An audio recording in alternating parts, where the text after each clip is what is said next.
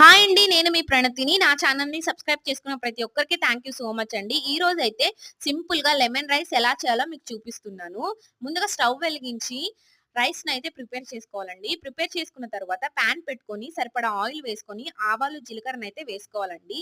బుడ్డలు, పచ్చిమిర్చి, అలాగే కరివేపాకు, ఉద్ది బ్యాళ్ళు, శనగ బ్యాళ్ళు, పెసర బ్యాళ్ళని వేసుకొని బాగా వేయించుకోవాలండి. బాగా మిక్స్ చేసుకుంటూ కుక్ చేసుకోవాలండి. అలాగే కరివేపాకును గూడా యాడ్ చేసుకొని బాగా వేయించుకోవాలండి.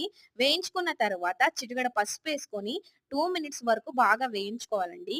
వేయించుకున్న తర్వాత ఈ మిశ్రాన్నయితే సెపరేట్‌గా పెట్టుకోవాలండి. తర్వాత మనం అన్నాన్ని ప్రిపేర్ చేసుకున్నాం కదండీ! సో, అందులోన మనమైతే సరిపడా సాల్ట్, అలాగే లెమన్ జ్యూస్‌నైతే వేసుకొని బాగా మిక్స్ చేసుకోవాలండి. మిక్స్ చేసుకున్న తరువాత కొద్దిగా చల్లారనివ్వడానికి వదలాలండి. అప్పుడే రైస్ అనేది పూలలాగా పొడి పొడిగా అవుతుంది. సో, ఈ ఒక రైస్‌ని మనం రెడీ చేసి పెట్టుకున్న మిశ్రమంలో అయితే యాడ్ చేయాలండి. యాడ్ చేసుకుంటూ కరెక్ట్‌గా మిక్స్ చేసుకుంటూ రైస్‌నైతే మనం రెడీ చేసుకోవాలండి. సో, ఈ రైస్ అయితే బాగా మిక్స్ అయింది.